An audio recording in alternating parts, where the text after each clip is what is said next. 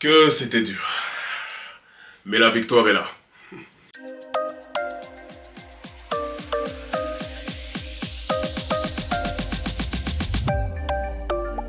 Bonjour à tous, on se retrouve aujourd'hui pour le débrief du match entre Manchester United et Leicester pour le 4e tour de la FA Cup.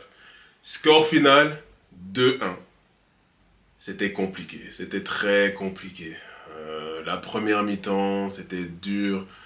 Les joueurs ne bougeaient tout simplement pas assez. Beaucoup d'erreurs techniques, que ce soit les passes, les contrôles de balles. On a vu ce qu'on n'aimait pas voir tout simplement de la part de nos joueurs. Peu d'impact, peu de concentration en fait. C'était très dur à regarder, très long. Et Leicester qui est pas du tout en grande forme, mais malgré ça qui arrivait à sortir son épingle du jeu. Donc c'était compliqué. Je pense vraiment qu'on s'est mis en difficulté nous-mêmes. Et en plus Leicester qui marque avec un peu de réussite, ça sentait vraiment pas bon. Ça prenait vraiment la mauvaise direction. On a des joueurs comme Højlund, je vais parler de Højlund, des contrôles de balles manqués. C'est pas facile pour lui en ce moment. À la fois il m'énerve, à la fois il me fait beaucoup de peine, car on est tous conscients de son talent et on n'arrive pas à le voir pour le moment. C'est assez dommage. Et puis des joueurs comme Dalot. Dalot, il faudra en parler Dalot, car tellement de mauvais choix. Et encore, ce n'était pas son pire match. Ce n'était vraiment pas son pire match. Mais il a fait tellement de mauvais choix. Et très sincèrement, Amad aussi. Il est bon par moment. C'est très irrégulier, je trouve, dans un match. Et je trouve très souvent qu'il se réveille très tard dans le match. Donc, et pas souvent les bons choix. Bref, parfois on a l'impression qu'il veut un peu trop faire seul. Enfin, je sais pas, c'est un peu compliqué. Et à la fois, on l'a vu dans des matchs précédents où il arrive à nous sortir le goal de la victoire. Donc c'est assez mitigé par rapport à par rapport à Diallo, pardon. Mais par contre, je voulais parler de Dorgu. Dorgu, sa première mi-temps, j'ai pas trop compris d'ailleurs sa sortie pour la deuxième mi-temps, mais je l'ai trouvé virevoltant, puissant, rapide. Enfin, vraiment, si ça continue sur cette lancée, c'est vraiment très prometteur de la part de Dorgu. Il en voulait et il n'avait pas peur de se montrer, il ne se cachait pas. C'était vraiment ça qui était très intéressant, car je trouve que beaucoup de nos joueurs se cachent beaucoup trop. Quand les autres ont la balle, ils se cachent, ils ne se déplacent pas, ils ne demandent pas la balle. Et pour cela, il n'y a que quelques joueurs, dont Fernandez. C'est pas toujours le top, mais il faut lui laisser que lui, il ne se cache jamais. Le premier goal du match, il vient de Leicester, du joueur de Cordova. Débordement de El Ranous suite à la perte de balle d'Ugarte, qui arrive à remettre un centre en retrait pour un joueur, je ne sais plus lequel. Et Onana arrête la balle du pied droit pour ensuite que la balle arrive directement sur la tête de Cordova. Donc beaucoup de réussite tout de même si l'action en elle-même était belle. Mais c'était mérité. Il faut le dire, il faut être honnête, c'était quand même mérité. Ils ont, avec leur qualité, montré ce qu'ils pouvaient faire. Ils ont vu que Manchester, on n'était pas dedans. On était trop lent, on n'était pas impliqué, pas concentré. Ils ont saisi l'opportunité et ils ont réussi à nous planter un goal. Ça sentait pas très bon à ce moment-là. Le deuxième goal du match, c'est l'égalisation de Manchester United de Zirkzee. Ah, Zirkzee. Il nous a fait une très bonne rentrée.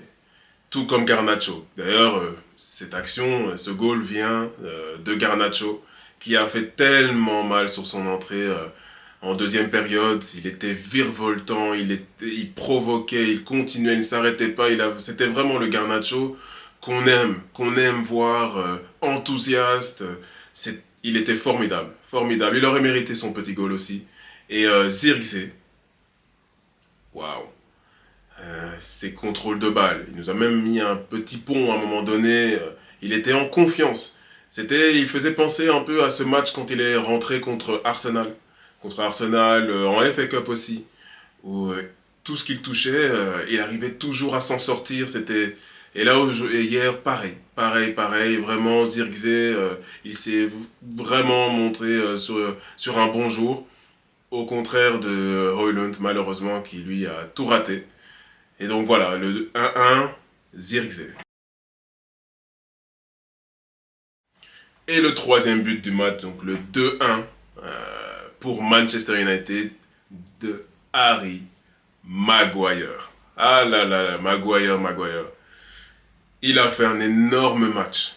Énorme match. Maguire, il faut vraiment faut faire une petite pause sur lui. Quand on pense à tout ce qu'il a traversé, le gars était insulté par tout le monde, moqué par tout le monde, par tous les médias, dans le monde entier. Tous les supporters étaient contre lui, et moi le premier.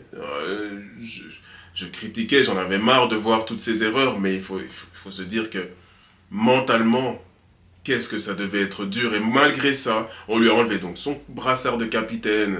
À un moment donné, il n'avait même pas été sélectionné, je pense, si je dis pas de bêtises. Enfin bref, le gars, il s'est relevé. Et maintenant, il joue comme... sans pression, j'ai l'impression. J'ai l'impression qu'il joue avec un peu moins de pression, justement, et que ça lui fait énormément de bien. Ça nous permet de voir sous un bon jour, vraiment, hier, que ce soit les longues passes, les interventions. Pour moi, il mérite sa place de titulaire, de nouveau, dans la défense, parce que c'est un vrai leader de par sa mentalité, son professionnalisme.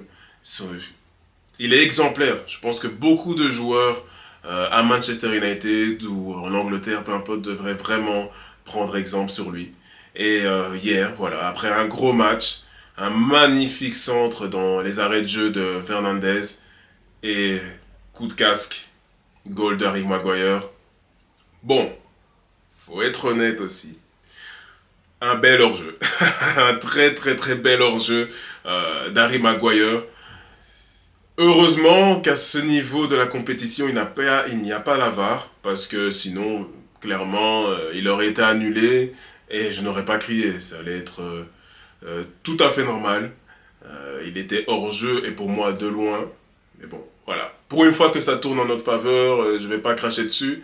Mais si c'était contre nous, je l'aurais eu quand même en travers de la gorge. Donc voilà, 2-1. Goal et dernier goal du match, goal de la victoire, goal de la qualification d'Harry Maguire. Alors mes tops dans ce match, Garnacho, Zirkzee et Maguire. Ils ont été au-dessus du lot pour moi. Vraiment, Garnacho, comme je l'ai dit, sur son impact, Zirkzee sur son contrôle, vraiment il arrivait à calmer le jeu, à relancer, il était exceptionnel. Et Maguire pour son leadership dans la défense, ses interventions, ses passes qui coupent les lignes, non, vraiment les trois ont été exceptionnels. Mention spéciale quand même pour Lenny Yoro, qui monte petit à petit. Vraiment, on voit qu'il prend confiance en lui dans ses interventions, dans ses prises de décision, ses prises de risque. Non, vraiment, Lenny Yoro, à voir encore dans le futur, mais il faut lui laisser du temps. Il a que 19 ans, il me semble. Et vraiment, pour moi, match après match, il prend confiance en lui.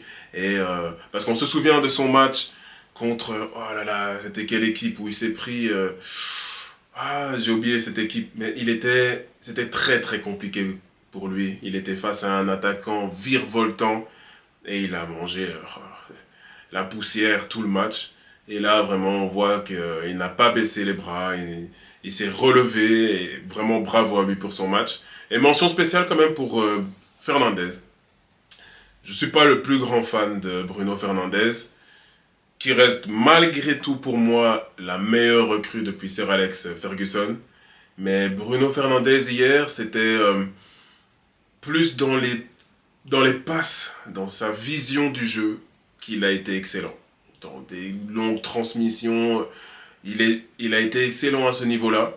Mais on en attend, je pense, toujours un peu plus de sa part, de par son rôle dans l'équipe, de son rôle au Portugal. C'est un grand nom maintenant quand même. C'est un joueur considéré par beaucoup de classe mondiale. Donc on en attend toujours un peu plus de sa part, mais aujourd'hui il ne nous a pas déçus. et il nous a délivré une merveilleuse passe décisive. Alors mes flops, je commence par Diogo Dalot. C'est très compliqué, très frustrant avec lui car on a l'impression que peu importe qu'il joue bien ou mal, il sera titulaire. Donc, je sais pas, c'est un peu compliqué. Vivement le retour de Luke Shaw, que Amorim mette Dorgu à sa place. Je sais pas, c'est compliqué. Dalot, j'ai l'impression, il sortait d'une saison exceptionnelle. C'était notre meilleur joueur l'année passée. Cette saison, il n'est que l'ombre de lui-même. C'est très compliqué. Vraiment, des mauvais choix. On comprend pas trop parfois ce qui se passe dans sa tête. Ça fait toujours un peu de peine, je trouve. Mais voilà, pour moi, hier, c'était encore dans la lignée de ses précédents matchs. Pas terrible, un flop. Avec, malheureusement, encore une fois, Højlund. Mais je regardais encore des réactions de certaines personnes. C'est vrai que Højlund, finalement, il n'est pas beaucoup servi. C'est vrai. C'est vrai que même Amorim, qui le disait en conférence de presse, il n'a pas été énormément servi par ses coéquipiers, mais le problème c'est qu'au-delà de ça, toutes ces prises de décision, ces courses et ces contrôles de balles, c'est toujours mauvais, c'est très frustrant parce qu'on a vu un Højlund il y a l'année passée où il savait, il faisait la différence physiquement. Ici, tous ces duels, il les perd, que ce soit aérien, enfin, il perd toujours ses duels et on le voit que ça le travaille terriblement, donc ça fait énormément de peine pour lui, mais malheureusement, encore une fois, je vais le mettre dans mes flops. Et alors, Diallo, je sais pas que c'était un flop, mais j'ai peur qu'on en fasse un peu trop avec Diallo. J'ai peur, j'ai l'impression il prend pas souvent les bonnes décisions. C'est un très bon joueur, attention, c'est parce que je dis pas le contraire, mais il y a encore beaucoup à faire. Après, il est jeune, il est encore jeune, il a encore le temps de s'améliorer. Mais hier, j'ai trouvé qu'il a... C'est à la fin, hein, comme dans beaucoup de matchs, c'est à la fin qu'il s'est réveillé. Et peut mieux faire. Peut mieux faire vu son talent, il peut vraiment mieux faire. Donc il n'est pas vraiment avec les flops comme Dalot et Højlund. Mais attention pour le prochain. Donc voilà, la victoire, la qualification est acquise. Donc on peut dormir tranquillement. Maintenant, il faut se concentrer sur le prochain match. Le prochain match est en Première Ligue le 16 février à 17h30 contre Tottenham. J'en parlerai un peu plus dans la vidéo d'avant-match. Mais voilà, maintenant les joueurs ils doivent se reposer, se concentrer sur ce match et aller chercher la victoire. C'est le plus important. On sait que le championnat c'est mort, mais maintenant il faut y aller pour prendre confiance et gagner le maximum de matchs jusqu'à la fin de saison. Donc je vous dis rendez-vous la semaine prochaine pour de nouvelles vidéos.